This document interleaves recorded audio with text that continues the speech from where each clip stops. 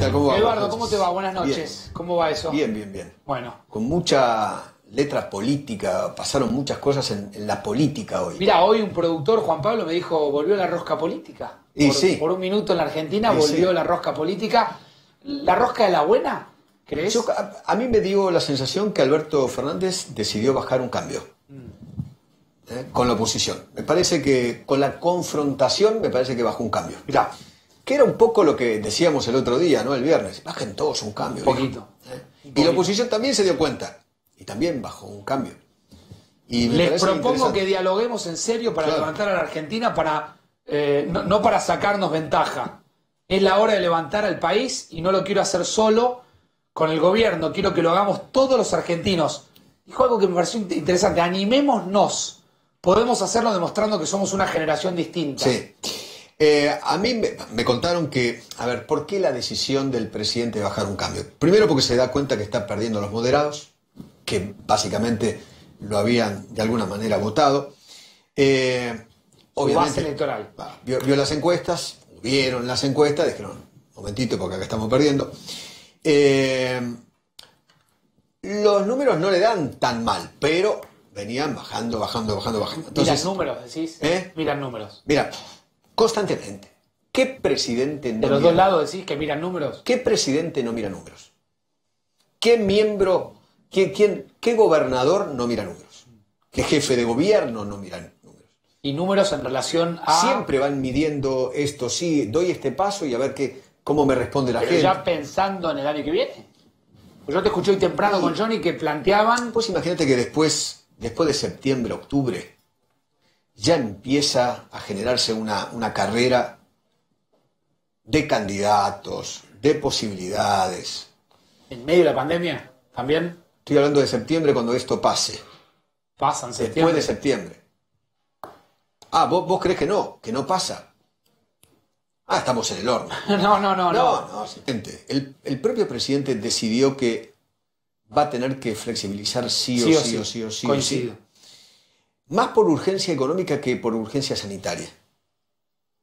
Sí, Más por la economía que por la cuestión sanitaria. sí. Así que bueno, Sí, y me pareció importante y clave lo que el presidente dijo sobre el tema Vicentín. Se bajó de la expropiación, definitivamente. sí. Me Hizo equivoqué. bueno, ahí se te iba a decir, una Me autocrítica equivoqué. importante. Bueno. Dijo Y aseguró que está de acuerdo o, digamos, respeta a rajatabla la propiedad privada. Que es, básicamente, lo estudiamos en la facultad. Sí. La Constitución tiene dos pilares, ¿no? Una es la libertad individual y la otra es la propiedad, el respeto por la libertad, por la propiedad privada.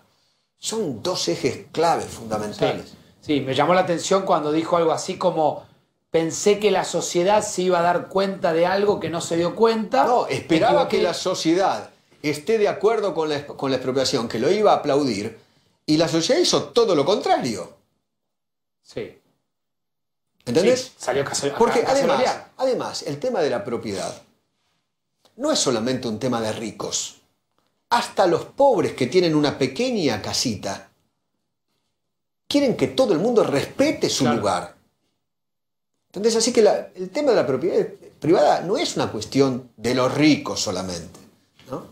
Sí, pero Está muy arraigado. un presidente que retrocede de esa manera, asumiendo un error, que claramente fue un error político, como también creo que fue un error político lo que la oposición hizo con el caso Fabián Gutiérrez, que de hecho fue una de las frases que le adjudican a Alberto Fernández hoy, que dice, Claro.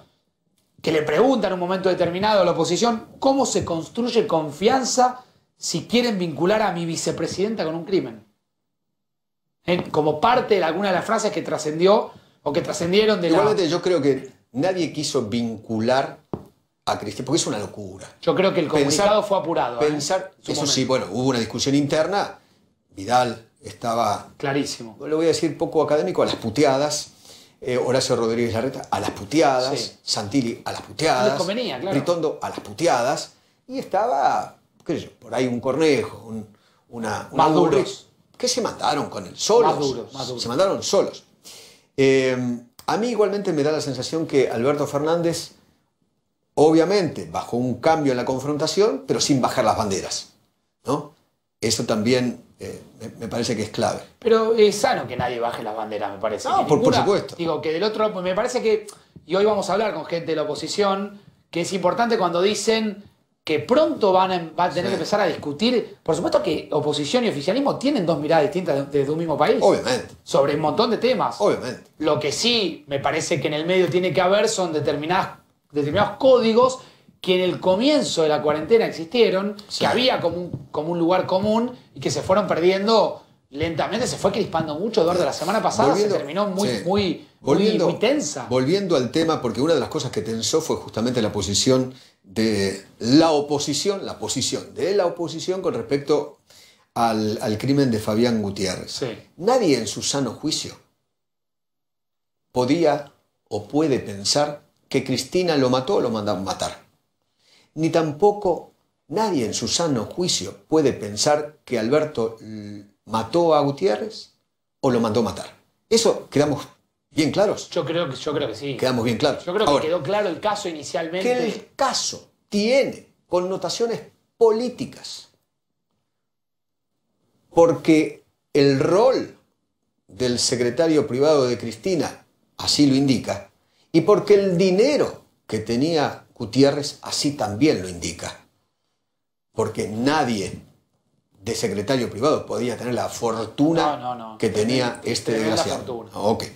Lo que pasa que cuando... Y el otro secretario privado, lo mismo. Lo mismo. Lo que pasa es que ahí yo discrepo un poco, Eduardo, en relación a cuando vos planteás el caso, cuando la justicia encara la investigación del caso, tiene que responder, entre otras cosas, un móvil.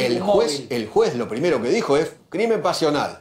Para un poquito. El leitmotiv de la muerte de Gutiérrez es la guita. Lo mataron? Por la guita. ¿Pero qué? ¿Buscando la plata? Por la guita. Por qué guita? Por la guita sucia, asquerosa y recontrapodrida que tenía Gutiérrez. Pero vos creés por la guita, porque sabían que era millonario. La plata que Gutiérrez tiene. Porque quería... Lo estaban presionando, para que le entregue ahí. Eduardo, la plata que Gutiérrez tiene, la tiene puesta en hoteles, puesta en propiedades que no puede justificar ni él, ni sus nietos, ni sus bisnietos.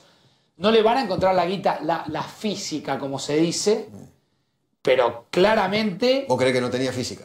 Yo creo que había, digamos, que ahora se está investigando una suerte de dinero, de una venta de un camión. La mamá de Gutiérrez también está metida, toda la parentela de Gutiérrez están metidos. Sí, bueno, hay casas, las propiedades son evidentes. Por eso. Pero el leitmotiv era la guita. No crimen pasional como lo que hicieron, como para... se dieron cuenta... Y para colmo, metiéndose en la vida privada. Sí, en la vida privada y la intimidad del señor Gutiérrez. Pero bueno, qué sé yo. Para otro día. ¿Pudiste descubrir hasta ahora, 2206, a qué fue Macri a Paraguay? Yo no lo entendí. Yo hablé con el vocero histórico, me escribí con el vocero histórico Iván Pavlovsky. Iván, sí.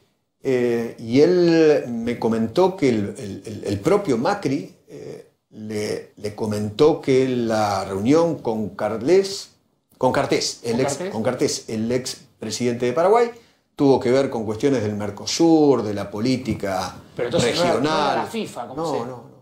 ¿Pero por qué trascendió? Porque hoy temprano hablaron de la FIFA. No sé por qué trascendió, la verdad no sé. Yo acá tengo la autorización para el ingreso. Está cerrada, creo que la FIFA está cerrada. Sí, esta es la autorización para el ingreso, porque hubo mucha duda también si podía viajar, si no podía viajar. Sí, todo lo que hizo fue legal. Todo el mundo puede viajar. Por supuesto, si te puedes costear. Si se quiere ir del país, todo el mundo se puede ir.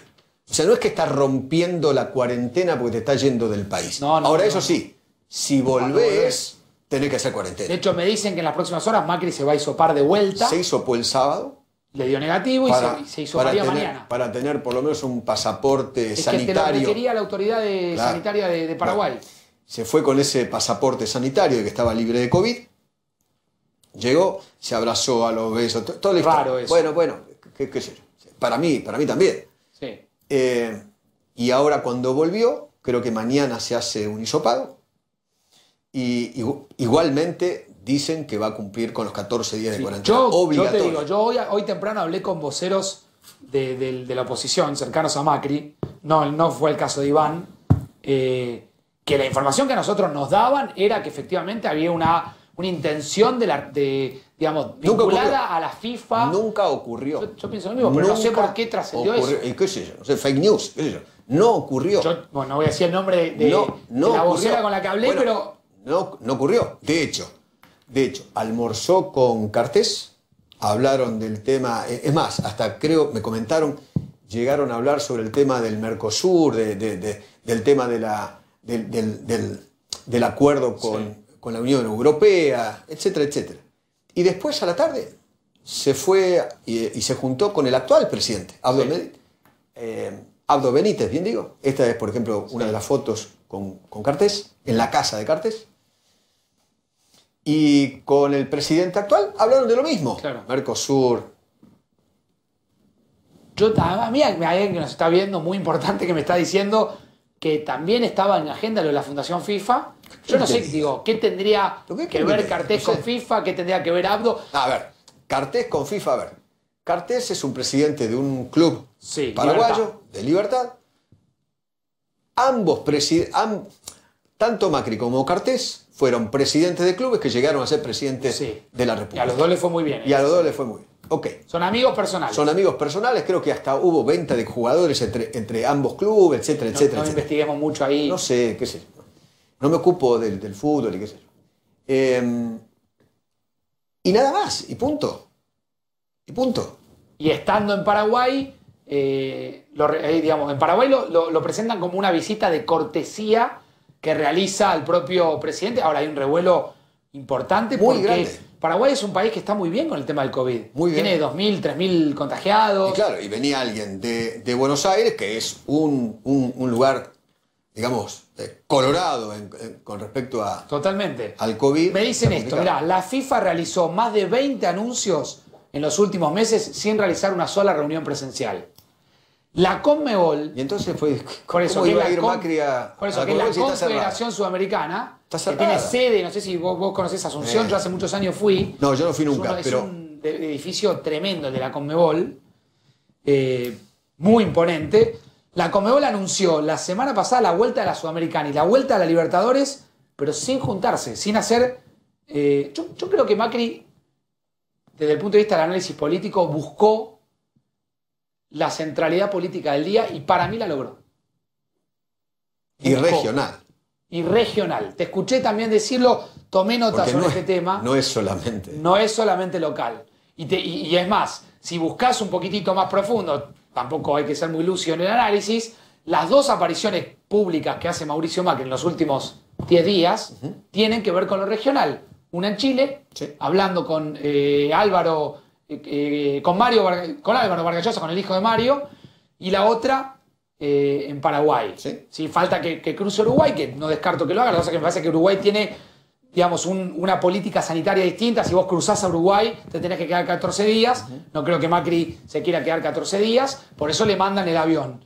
Un avión que está a nombre de Tabacalera del Este, Sociedad Anónima, que es la tabacalera de una empresa privada. De Cartés. Sí, una empresa... Es multimillonaria. Floja de papeles.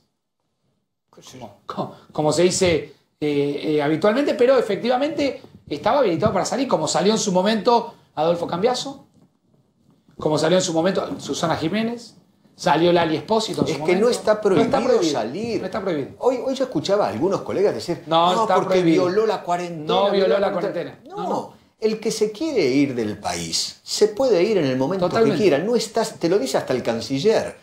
No está la prohibición de salir del país. Puedes viajar cuando quieras. El problema es que si después querés volver, ahí te vas a tener que comer los 14 días. Bueno, pero él ya estaba haciendo una cuarentena en su nueva casa en Acasús. O sea, sí. No va a poder, salir de la casa en 14 días, pero él ya me parece que... Yo busco un correlato entre la reunión que se estaba dando en forma paralela entre el presidente y la oposición, después de ese ida y vuelta de que la oposición sí, la oposición no. Importantísimo el rol de Carrió, ya está Spillman por ahí. Igualmente tengo entendido que el propio Macri sabía de esa reunión porque la habían...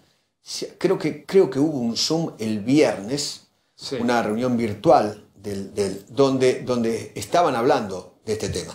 Porque ya Sergio Massa estaba negociando con miembros de la oposición para hacer esta reunión con el presidente. Pero ahí de vuelta entonces en la oposición hubo... algunos más duros que se cortaron. Hoy yo lo escuché temprano a Cornejo en la radio. Venía para acá, yo hago zapping, te escucho a vos. Hago un poco zapping, escucho la red. Hago un poco zapping, escucho otras radios. laburamos de esto, tenemos que ir tocando. Exactamente. Yo lo escuché a Cornejo muy duro, decir, no vamos a ir, no vamos a hacer ninguna reunión, no, estamos podridos de que todo el tiempo estén cuestionando lo que pasa para dentro de la coalición opositora. ¿Por qué no miran lo que pasa? Lo cual tiene cierta lógica. ¿Por qué no miran lo que pasa hacia adentro de la coalición de gobierno? El dividir para reinar se dio en todos los gobiernos. Hasta el propio Macri dividió al peronismo para seguir reinando. Randazzo en la provincia de Buenos Aires para que Vidal gane el medio término. Así que, la verdad, yo no vi nada nuevo. Todos los gobiernos, los peronistas durante 12 años, hicieron las mil y unas para dividir a medio mundo. Sí. Así que yo eso lo veo normal, es el juego de la política. Yo creo que jugó Macri a copar la mitad de la agenda del día. Y la oposición también trata de dividir constantemente a Alberto Fernández y Cristina. Siempre, constantemente. Todo el tiempo. Es el juego de la política. ¿No? En el medio estamos nosotros. Y, bueno, y la gente esperando.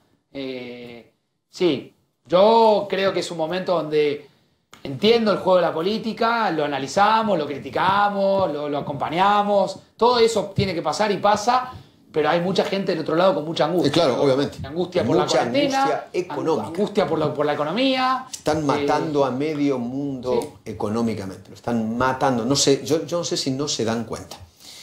No, yo creo que sí se dan cuenta. No sé. Y se dan tanto cuenta que necesitan ir a buscar consenso con la oposición porque saben que lo que viene en la Argentina a partir de los próximos meses va a ser muy complicado. Sí. Muy complicado.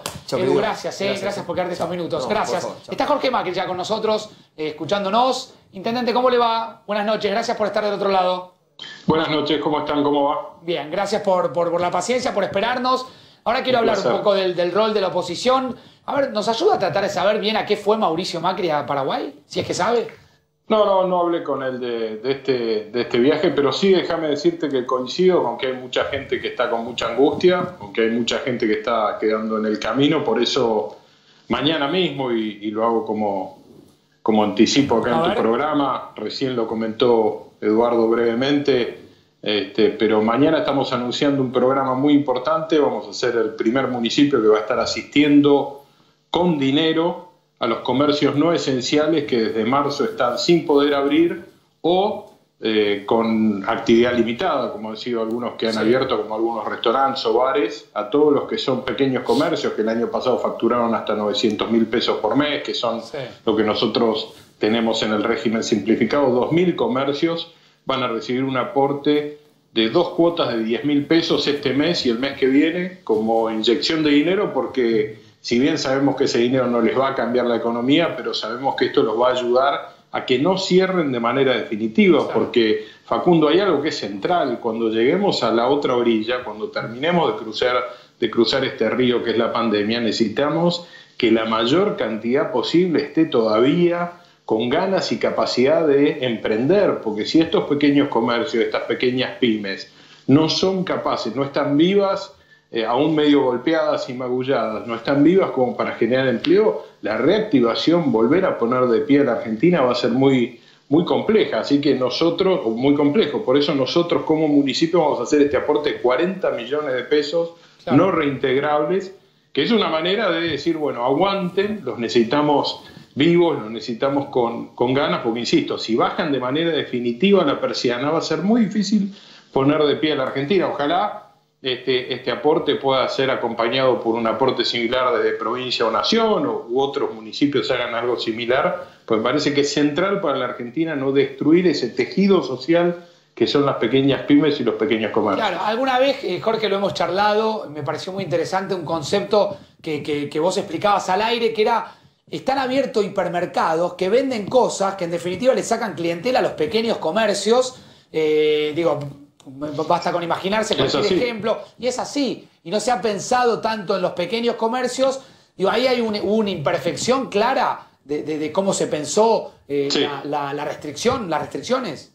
Sí, es algo que yo vengo sosteniendo ya hace 60 días, pero ya sentimos como gobierno, sentí que ya no alcanzaba con poner esto sobre la mesa. Es una tremenda injusticia que ha ocurrido durante estos 100 y pico de días, que es que los hipermercados pueden vender productos que los pequeños comercios no podían vender porque los obligaban a estar cerrados. Y la verdad es que esa inequidad, bueno, además de defenderla discursivamente, hoy queremos acompañarla económicamente, y lo interesante, lo importante me parece, es que este esfuerzo de más de 40 millones de pesos no le va a costar plata al contribuyente, porque hemos creado una sobretasa excepcional justamente a los hipermercados, que no han tenido que cerrar, que han concentrado todas las ventas, y a los bancos, que tampoco han estado cerrados y han seguido funcionando de manera normal, y con esa sobretasa, que solo va a durar mientras dure la pandemia, estamos financiando este aporte a los pequeños comercios, a las pequeñas pymes de Vicente López. Creo que es una buena iniciativa, una manera de compensar a aquellos que no han podido laburar. No les vamos a resolver la economía, pero es una manera de decir, los identificamos, sabemos que son necesarios, no aflojen. Insisto con esto, un comercio que cierra de manera definitiva, que baja su persiana, que deja de pagar el alquiler, que le devuelve el contrato al dueño de ese local, o que empieza a vender las heladeras o las mesas, es un local que no vuelve a abrir. Y si no vuelve a abrir, vuelve a no generar empleo. Y si no sostenemos la fuente de empleo, poner a la Argentina en marcha va a ser muy difícil. Ahora quiero hablar del rol un poco de la oposición, porque ha sido un día, hoy en el pase, en el comienzo del pase con Eduardo, decíamos, volvió la rosca política. Yo la celebro, cuando la rosca es buena, la política cumple su función. Quiero volver a preguntarte por el viaje de Mauricio Macri. Vos, digamos, a ver, me decís que no hablaste con él, pero hay una clara intención de buscar cierta agenda regional. Estuvo hablando en vivo para Chile, ahora viajó a Paraguay. ¿Hay una intención de mostrarse políticamente? Bueno, es un expresidente. Me parece que es bueno que los expresidentes de los distintos países tomen postura, estén activos, sobre todo en la medida o de la forma que lo hizo Mauricio para mí la semana pasada. Fue una forma equilibrada, medida, moderada, en la que además él dejó muy claro su compromiso y su compromiso de sostener unido nuestro espacio. Recién en el pase ustedes hablaban con Eduardo de algo que es importante. Siempre se juega a la división del otro. Acá hay algo que es relevante. Hay una coalición de gobierno que terminó, que rompió un gran mito. Para mí Mauricio Macri ha roto un gran mito, que solo los peronistas podían terminar los mandatos sin caos. Ese mito que se rompió es importante para la República porque permite la alternancia sin miedo. Esto es importante, es relevante. Y el segundo mito que estamos rompiendo es que todas las coaliciones de gobierno que pierden se rompen. Claro. Y la verdad que nosotros permanecemos unidos, y no es poca cosa, y permanecemos unidos con nuestras diferencias internas, con distintas miradas, pero permanecemos unidos porque entendemos el mandato que nos dio la gente, que es representarla, es defenderla, no solo el 41% de la gente, puede haber gente que no nos votó, pero que quiere también una oposición unida, que sea una alternativa y un control a quien gobierna. Y me parece que eso es sano. En las últimas horas vos dijiste algo así como, corregime si me equivoco, la Argentina necesita menos Twitter. Yo comparto, te digo, firmo abajo, le pongo mi firma. Necesita menos Twitter y más diálogo. ¿A quién te referís? Sí. Que no hay manera de resolver, digamos, las diferencias de punto de vista en un Twitter. El Twitter es casi una expresión unívoca de una postura, pero que no resuelve las diferencias. En cambio, reuniones como las que tuvimos con Néstor Grindetti y Juanchi Zabaleta con el presidente el miércoles de la semana pasada, ayuda a resolver diferencias. Yo no sé si nos convencimos unos a otros, pero seguramente acortamos diferencias. Si yo estoy convencido que el gobierno nacional o provincial, hoy lo recibía el gobernador acá en Vicente López, estuvimos también, antes de anunciar que nos estaban entregando respiradores, estuvimos más de 40 minutos trabajando en una reunión privada, punteando temas en detalle. ¿Qué te parece, si yo estoy convencido, Jorge, ¿qué te parece Kicillof como gobernador? ¿Qué visión tenés de él? Él tiene que hacer su tarea. Yo espero que él supere la gestión de María Eugenia, que fue una buena gestión para una provincia que tiene atrasos históricos. Yo siempre lo digo, si él hoy puede estar entregando respiradores, es porque antes hubo una gobernadora que dejó de pie un sistema de emergencias como el SAME. Si no, él tendría que haber arrancado desde ahí, porque hoy estamos preocupados en cómo robustecer un sistema hospitalario, porque hay un sistema de emergencias que funciona, porque las guardias de todos los hospitales provinciales se hicieron a nuevo. Bienvenido, digo, y ojalá él deje el sistema mejor y los que vengamos después tengamos que superarlo. De eso se trata. Yo no quiero que a él le vaya mal. Por eso me siento con él, marco diferencias, hago mis aportes, él me hace las suyas, digo, ahora, eso si no es con diálogo, ¿cómo se hace? Claro. El Twitter es un discurso de sordos. En Twitter no se escucha, uno define una postura y está muy bien. Ahora, eso no resuelve el encontrar acuerdos para que el país esté mejor. Entonces, si a mí me impiden sentarme con quien piensa distinto de mí, ¿cómo mejoro el país? ¿Cómo mejoro yo? Pero ¿Cómo cuando hago que el hablaba, otro mejore? cuando hacía referencia a lo de Twitter, hacía referencia, por ejemplo, a los retweets que a veces hace el presidente Alberto Fernández, a las publicaciones que hace Cristina, o también a la publicación que hizo Mauricio Macri, que en medio de la marcha o del banderazo puso una foto, dijo libre, feliz de independencia, también un poco desatinado en relación al tiempo. ¿A quién te referías o a todos en general? A todos, en el sentido de que si reducimos la política a eso, nada se arregla. Los que tenemos responsabilidad de gobernar, Sí. o los que han gobernado en el pasado, todos, tenemos que poder sentarnos en una mesa a resolver las diferencias que tenemos. Pues yo estoy convencido que cuando llevo mi punto de vista a una mesa y escucho el del otro, salimos mejores.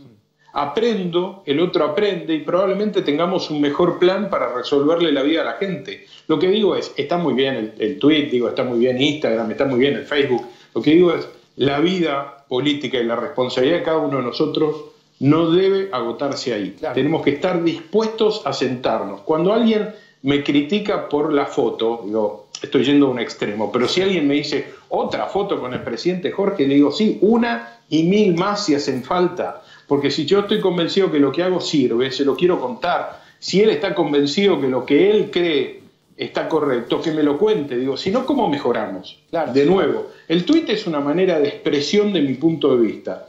Pero el punto de vista que mejora la Argentina para todos es un punto de vista que nos tiene que encontrar en una mesa trabajando. Y lo voy a hacer siempre. Ahora, con esa misma firmeza, el año que viene voy a querer ganarles. Claro, porque claro. somos diferentes. Digo, no nos hace. Digo, el sentarnos a una mesa, tratar de buscar puntos de acuerdo, no nos desdibuja. Muy por el contrario, la gente nos pide a gritos que encontremos acuerdos y que después compitamos. Jorge pensaba recién en el rol de la oposición, creo que queda claro y dejás sentado cuál es tu idea. ¿Crees que toda la oposición está alineada igual que vos? No, porque yo no sé si tengo la verdad absoluta. Esta es la verdad en la que yo creo. Y es una verdad que casi es parte del ADN del PRO, digamos, que la trajimos a la política, que es dialogar, no confrontar, tratar de buscar los puntos de acuerdo. Yo me acuerdo cuando Mauricio Macri, como jefe de gobierno de la ciudad, más de una vez era convocado por la expresidenta y se sentaba y le decían, pero si lo destrata, si no le da la respuesta que usted, porque es mi rol, es ir y volver a escuchar. Digo, eso ha sido parte de nuestro ADN, yo no puedo negar eso. Yo crecí y me crié en esa lógica política y la voy a seguir defendiendo porque estoy convencido que los grandes países se construyen desde el acuerdo, no desde las diferencias. Es fácil encontrar cuáles son las diferencias que yo puedo tener con Alberto Fernández, con la actual vicepresidenta, con Máximo Kirchner, con Axel Kicillof. Eso es fácil. El desafío grande es cuáles son los puntos de acuerdo, porque cuando encontramos esos puntos de acuerdo, empezamos a poner el país en marcha. A ver, Jorge, hablaste recién de lo que vas a hacer con los comercios, que no es poca cosa porque hay mucha preocupación, sobre todo en los polos más comerciales de todo el conurbano bonaerense. Uno pasa o pone el móvil y ve comercios cerrados con la... Bueno, contaste bien eso. Ahora, ¿qué te imaginás para el conurbano en las próximas semanas? Hubo algunos intendentes, el propio Mario Ishi, que dijo que después de agosto vamos a tener que compararnos con el 2001. ¿Vos crees que la situación es tan delicada? Yo creo que la situación es muy grave. Creo que hoy hablé con el gobernador, así que no quiero anticipar lo que van a ser sus posturas, pero creo que hay conciencia de eso también en él. Creo que todos los intendentes estamos igual de preocupados de todos los colores ¿Pero la comparás políticos, con el 2001, no siento, Jorge? No siento que sea similar al 2001, porque hay una...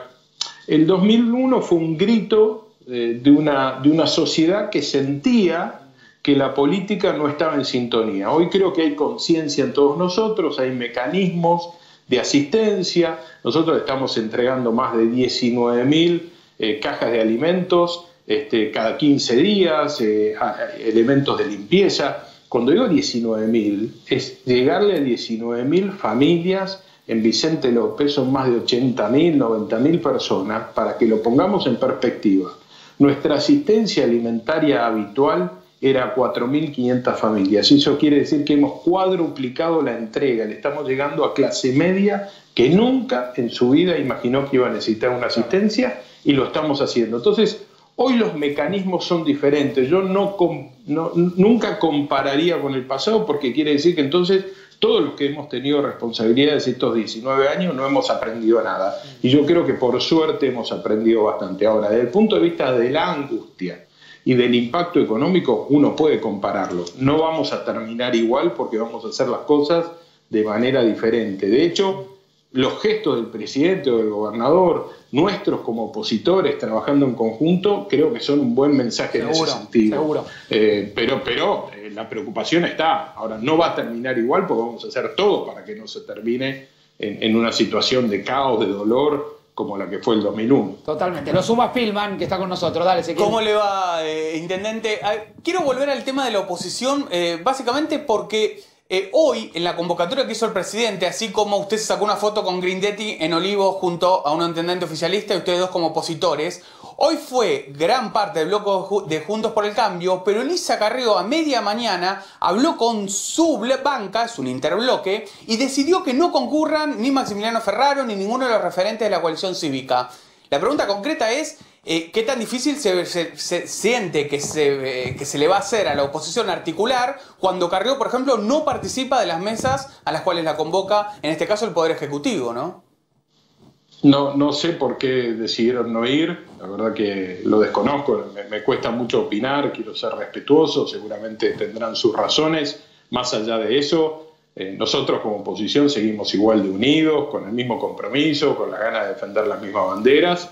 Pero bueno, tendrá que explicar en todo caso Maxi por qué decidieron no ir, no asistir, o tal vez alguno de los otros presidentes de los bloques que son parte del interbloque lo tenga más claro que yo. ¿Qué crees, Jorge, que hoy, que es más fácil ser opositor o oficialista?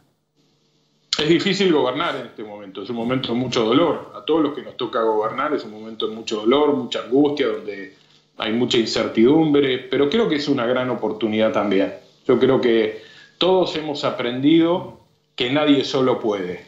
Y creo que esto también es lo que nos lleva a la mesa a buscar acuerdos, ¿no? Había como una sensación, no sé si a ustedes les pasa lo mismo, pero todos pensamos que alguien en el mundo tenía las respuestas a todo. Que o alguna gran corporación o alguno de los grandes gobiernos tenía que saber qué hacer casi en cualquier escenario. Este virus nos ha golpeado demostrándonos que nadie solo puede, que nadie tiene la respuesta a todo. De hecho, los rebrotes que están ocurriendo en otras partes del mundo lo demuestran, ¿no? Entonces me parece que es un momento de bajar los cambios, ser más humildes, entender que ninguno de nosotros puede tener todas las respuestas, pero tal vez todos juntos podemos tener parte de esas respuestas.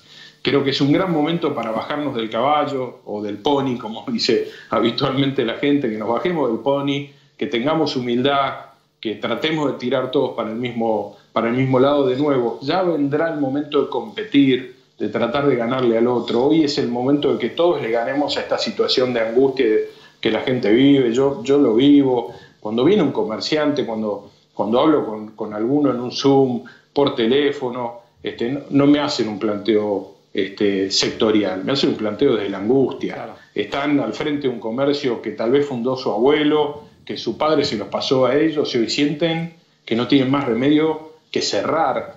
Romper con esa cultura de trabajo es algo que tenemos que enfrentar y evitar. Y bueno, nosotros hacemos nuestro aporte, creo que todos están haciendo su aporte. La sociedad está asumiendo este momento de dolor con un compromiso inmenso. Creo que la política tiene que estar a la altura de esas circunstancias. Me decía recién, Jorge, que el proyecto de darle un aporte a los comerciantes, ¿crees, fantasías, deseas que pueda exportarse a otros municipios?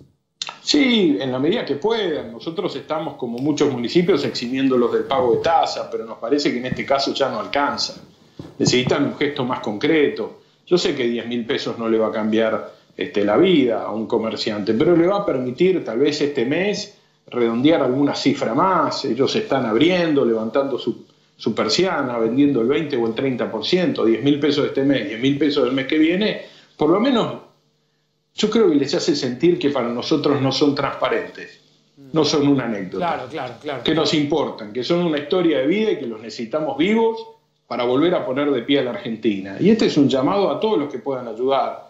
Tal vez un banco que los tiene de clientes de hace tiempo y que ha ganado un montón de plata con esos pequeños comerciantes pueda hacer un esfuerzo similar. Tal vez el gobierno provincial en parte, el gobierno nacional, el intendente que pueda. Digo, me parece que es un momento donde todos tenemos que traer a la mesa lo que podemos traer y poner, y aportar, y no solo en una donación.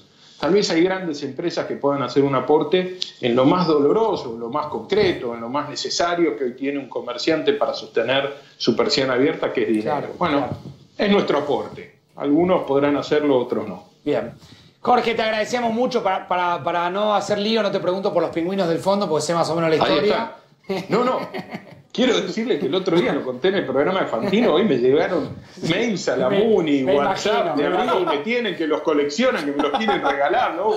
Se ha generado una movida con los pingüinos espectacular. Que no se arme la grieta por una colección. Jorge, abrazo grande. Al revés, la vamos a cerrar con esta colección. Bien, cerramos gracias. la grieta con la colección de pingüinos. Gracias, Jorge, por estar, Un abrazo grande. Un abrazo grande. Ezequiel Spillman te va a contar qué está pasando alrededor de Elisa Carrió, de Lilita Carrió. ¿Por qué Lilita Carrió y obviamente su bloque opositor decidieron no concurrir a la reunión opositora? Contanos. A eso es lo que ocurrió finalmente, Facundo. Ayer al mediodía, te diría las primeras horas de la tarde, llega una convocatoria del presidente Alberto Fernández, en rigor de Sergio Massa, a los jefes de bloque para que tengan una reunión virtual, que es lo que ocurrió, y hace un ratito hablaban con Eduardo, con el presidente, con Máximo Kirchner y con otros líderes parlamentarios. Empieza un debate grande al interior de Juntos por el Cambio, sale un comunicado diciendo que era un poco apresurado, que querían ver un poco más los temas. Y mientras la coalición cívica en un comienzo estaba de acuerdo en participar, porque de hecho ya lo había hecho con el tema de la crisis sanitaria y con la reestructuración de la deuda, hoy a media mañana se comunican desde el bloque de la coalición cívica, que tiene sus propios diputados nacionales como parte del interbloque, con Elisa Carrió, la llaman a Exaltación de la Cruz, Lilita que está leyendo cosas de geopolítica, cuestiones de humanismo, mira algunas series vinculadas al Imperio Romano, les dijo, no participen, ustedes no tienen que caer.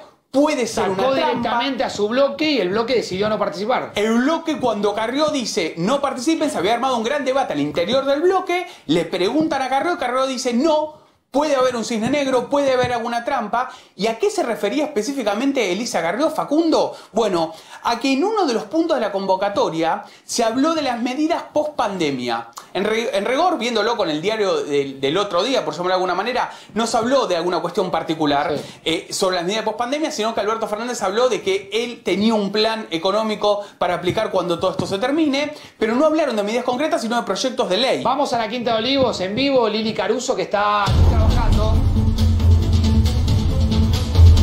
Lili, ¿cómo te va? Buenas noches. Bueno, contanos. Muy bien. Vos lo dijiste, aquí hubo una reunión que terminó hace un rato nada más, terminaron de ir, mira, hace 10 minutitos nada más se fue el vocero presidencial Juan Pablo Biondi. Un ratito antes apenas Santiago Cafiero, que había terminado también de charlar con el presidente y evaluar un poquito todo lo que pasó, más de una hora en esa videoconferencia con la oposición.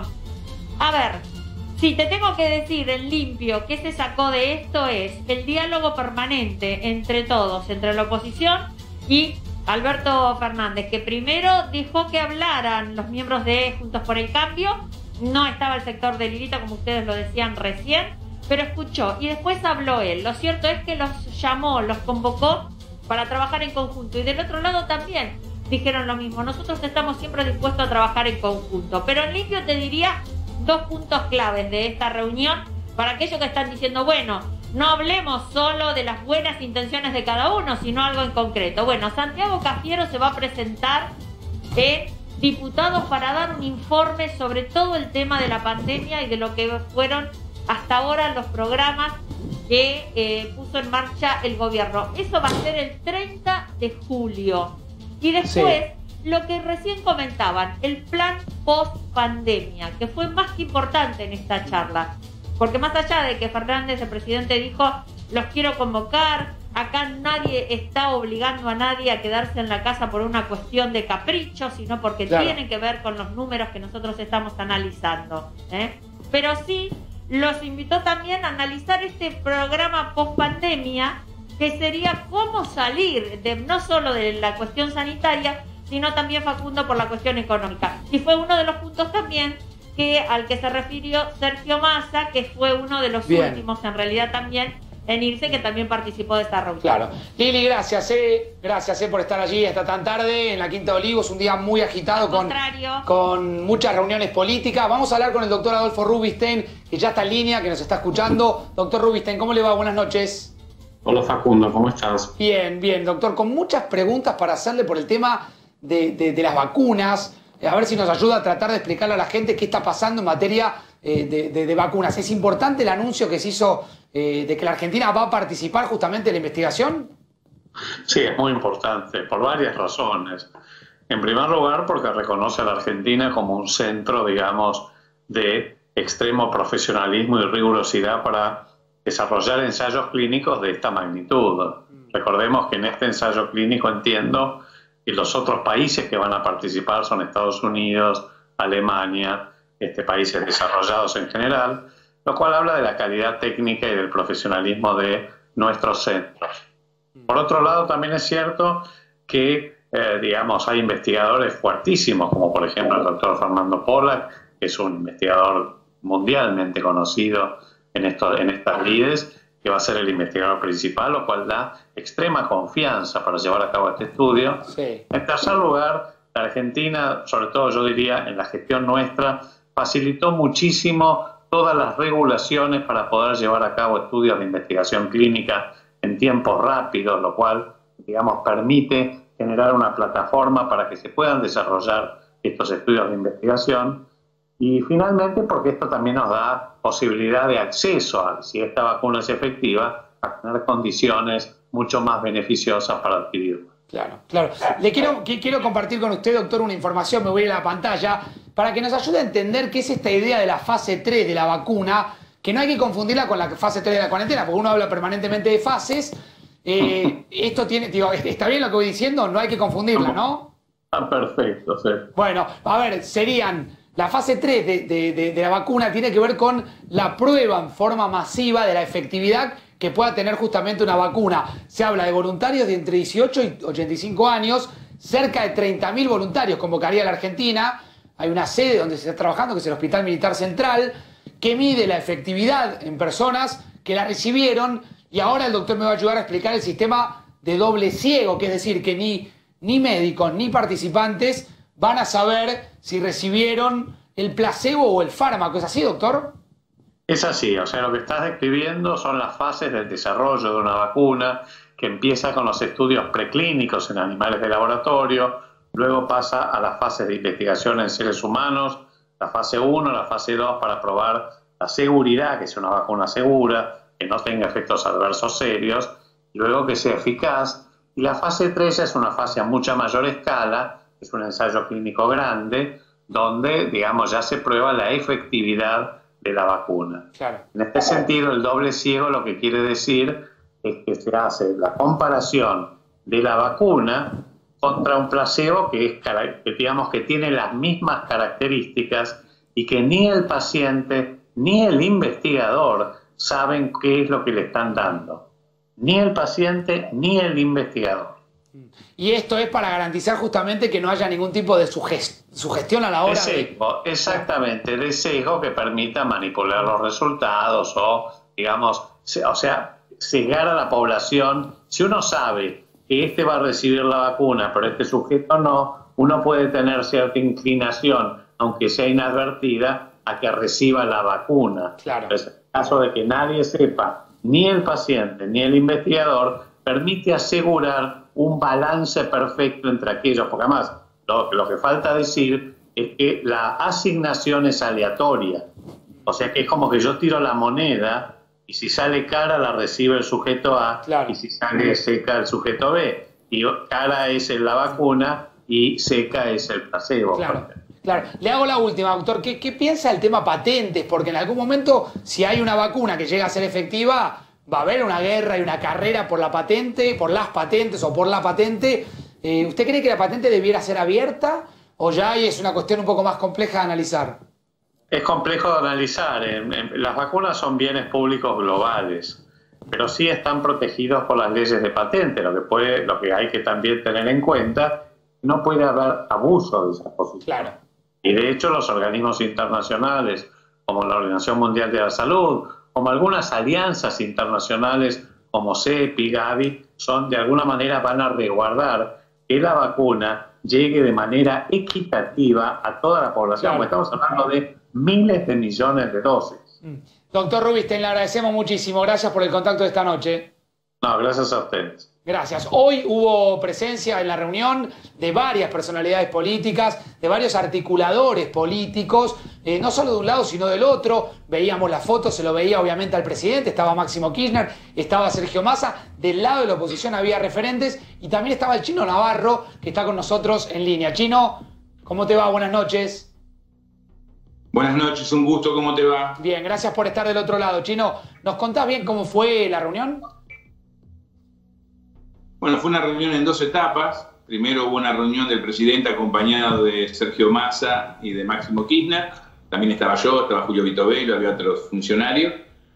Con el bloque con autoridades y diputados y senadores de Juntos por el Cambio. La primera reunión de alguna manera bilateral, lo que generó alguna controversia con otros bloques. Quizás no fue muy prolijo todo el proceso, pero me parece muy positivo que haya habido una reunión. Pudieron expresarse tranquilamente tanto senadores como diputados de Juntos por el Cambio, y el presidente también hizo un planteo convocando a la franqueza, convocando al respeto, a la necesidad de entender que se sale juntos, que esta es otra generación de políticos, que no podemos autodestruirnos, sino trabajar para reconstruir después de la pandemia en Argentina. Hizo una valoración de todo lo que ha hecho Argentina, el Estado y también cada mujer y cada hombre de nuestro país en esta cuarentena que con tanto esfuerzo se está afrontando, sabiendo las dificultades que se generan, los aportes del Estado.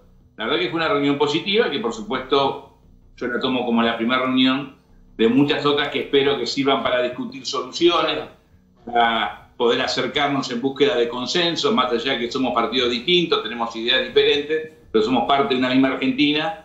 Y hay un sufrimiento común de millones de argentinos que exigen soluciones. Claro, Chino, ¿y sintieron a la oposición receptiva? Porque se especuló mucho hasta que finalmente se logró consensuar la reunión, que la oposición iba, que no iba. Recién Spillman contaba la posición del bloque vinculado a la coalición cívica de Carrió, que directamente no asistió. ¿Con qué oposición se encontraron? No, hubo un planteo. Primero es la primera reunión. Primero, a ver. Reuniones en el marco de la informalidad, de bilaterales, de uno, de dos, de tres, hay siempre reuniones con senadores, con diputados de Juntos por el Cambio, contactos por WhatsApp, por teléfono, no es que hay un muro que nos separa. Por supuesto, esos contactos a veces prosperan y a veces no, pero yo creo que ya lo he dicho alguna vez, si uno toma desde el 10 de diciembre a la fecha, desde la ley de solidaridad que mandó el Poder Ejecutivo hasta otras leyes, más decretos de necesidad y urgencia, tanto en diputados como en senadores, la oposición los ha aprobado. Claro. Eso no significa que no haya habido debate, discusión, entre comillas, peleas de la política, pero en general la oposición ha actuado con responsabilidad. Después hay diferencias, como ocurrió en el hecho del crimen de Gutiérrez en Santa Cruz, donde alguna declaración nos parece fuera de tono, y seguramente a ellos les parecerán fuera de tono algunas cuestiones nuestras, esa sensibilidad y ese instinto enseguida de pelearnos. Me parece que todo eso estuvo subordinado a una voluntad de esta reunión que venía ya planteada hace tiempo, que no es que apareció ahora en las últimas horas. Trascendió una frase. Repito, el tema trascendió una frase del presidente que se publicó, que fue en verdad, más que una frase, fue una pregunta que el propio Alberto Fernández le hizo a los referentes de la oposición, que es cómo se construye confianza si quieren vincular a mi vicepresidenta con un crimen. ¿Esto fue así? Alberto Fernández fue muy franco, habló con mucha franqueza sobre lo que pasó días atrás en Santa Cruz, y es una expresión que realiza diciendo es muy difícil que construyamos confianza si no decimos estas cosas. Si nos tratamos con más respeto, si empezamos a dialogar y a poder interactuar, aún con dudas, con diferencias, pero desde un lugar menos nocivo, menos tóxico, es más fácil, esto lo digo yo de nocivo y tóxico, construir una relación de confianza, pero así se empieza. Fue una reunión, fue un paso adelante, yo la valoro. Claro. Se puede mejorar, se puede perfeccionar, y sobre todo cuando empecemos a discutir cuestiones concretas vinculadas a la reconstrucción de la Argentina post-pandemia. Repito, la ley de solidaridad fue acompañada por gran parte de la oposición, no digo por todos. Hubo de varios representantes de Juntos por el Cambio un respaldo explícito en la reunión de hace un rato a la negociación que estaba haciendo el ministro Guzmán y el presidente Alberto Fernández de nuestra deuda con los acreedores externos. Me parece que eso es muy positivo porque habla de un volumen que no es solamente el oficialismo, sino también gran parte de la oposición. Así que me parece que es un primer paso positivo, mejorable, perfectible, donde seguramente todos tendremos alguna cuestión que no nos gustó, otra que nos pareció más o menos, pero lo central es que en una Argentina que parecía que la grieta se consolidaba, existió la madurez de un sector de la oposición y de Juntos por el Cambio, o de la representación en el Congreso de Juntos por el Cambio, de senadores y diputados, reunirse con el presidente, y la voluntad del presidente y de los demás dirigentes del oficialismo de ser parte de ese diálogo. Luego hubo una segunda reunión con los demás bloques de diputados, y bueno, este espíritu se repitió en forma más fluida, más dinámica, porque ahí no hay una posición tan contraria, sino que hay una mirada más de soportar y aportarle al gobierno nacional en la crisis que estamos afrontando. Chino, ya pregunta Spillman. Déjame, Spillman, sumar, y te lo planteo también, Chino, a Luis Naidenov, que es el senador nacional, que formó parte, obviamente, de la reunión. ¿Sí? Senador, ¿cómo le va? Primero, feliz cumpleaños, que sé que es hoy su cumpleaños, ¿no? Gracias, Facundo. Bien, ¿cómo estás? Bueno, gracias por estar. Está el Chino Navarro, está Ezequiel Spillman también para sumar su primera mirada de la reunión de hoy, y ahora compartimos un poquitito algunas preguntas más. Bueno, como primera reflexión me parece un buen primer paso, independientemente de que prácticamente los temas de la agenda no fueron abordados. Lo central tiene que ver con esta mirada de la pospandemia y en un país, en una situación de crisis inédita, únicamente podemos salir para adelante en el marco del diálogo institucional. Claro. Y el diálogo requiere, cuando la política viene asumiendo permanentes tensiones desde lo social y en otras instancias, de mucha madurez y fundamentalmente de recrear espacios de confianza, porque no nos olvidemos de que la Argentina viene transitando, fundamentalmente nosotros en el Parlamento y especialmente en el Senado, tensiones, yo te diría, innecesarias en función del sentir o el latir de la gente en cada uno de los rincones de la Argentina.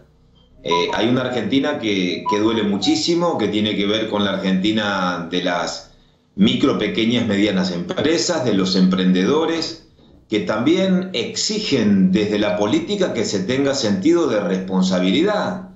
Y ese sentido de responsabilidad implica no solamente bajar un cambio con las declaraciones, sino viabilizar desde el sentido común acciones concretas como la que se dio en el día de la fecha. A ver, senador, lo sumo a Ezequiel con una pregunta corta, breve, respuesta de los dos también corta, breve, que estamos ya sobre el tiempo, agradeciéndole por supuesto a los dos, ¿no? A ver, para el Chino, ¿cómo te va? Quería preguntarte porque sé que Cristian Ritondo, el jefe de bloque del PRO, le preguntó, le dijo específicamente al presidente sobre la presencia del jefe de gabinete Santiago Cafiero, que me dijeron que tiene más de 2.000 preguntas por responder. Quería saber efectivamente si eso había sido, cómo había sido. Y para el senador Naidenov, si cree que puede haber quedado algún resquemor dentro del Senado con respecto a aquellos senadores de los bloques que no pudieron participar. Una para cada uno, encuentro, ¿no? Breve, por favor, en la respuesta. Les pedimos a los dos, así podemos cumplir con el horario.